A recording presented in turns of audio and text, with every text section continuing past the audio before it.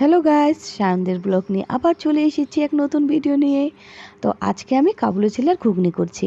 তো রাতের বেলা আমি ছোলাগুলোকে ভিজিয়ে রেখেছিলাম, তা এখন আমি জল ঝরিয়ে নিয়েছি।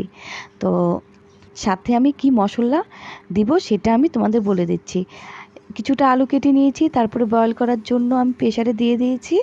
আর এখানে আমি পেঁয়াজ কুচোনো, আদা রসুন কাঁচা লঙ্কা আর কিছুটা টমেটো নিয়ে নিয়েছি। আর কড়াতে তেল দিয়ে দিয়েছি, তারপরে আমি জিরে ফোড়ন দিয়ে দিয়েছি।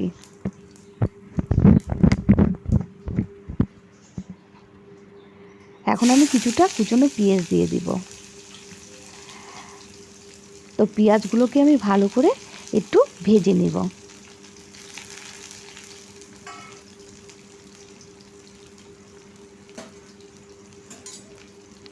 তো আমি পেঁয়াজগুলোকে লাল লাল করে এখন ভেজে নিচ্ছি।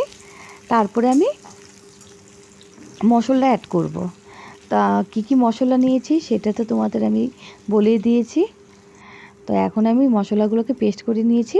তো এটা এখন আমি ঢেলে দিচ্ছি। ঢেলে দেওয়ার পর আমি কিছুটা কষিয়ে নেব।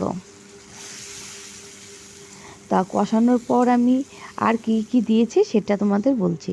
তারপরে আমি দিয়েছি কিছুটা হলুদ, স্বাদ মতন লবণ, জিরের গুঁড়ি আর ধনের গুঁড়ি দিয়ে আমি ভালো করে আবার কষিয়ে নিয়েছি।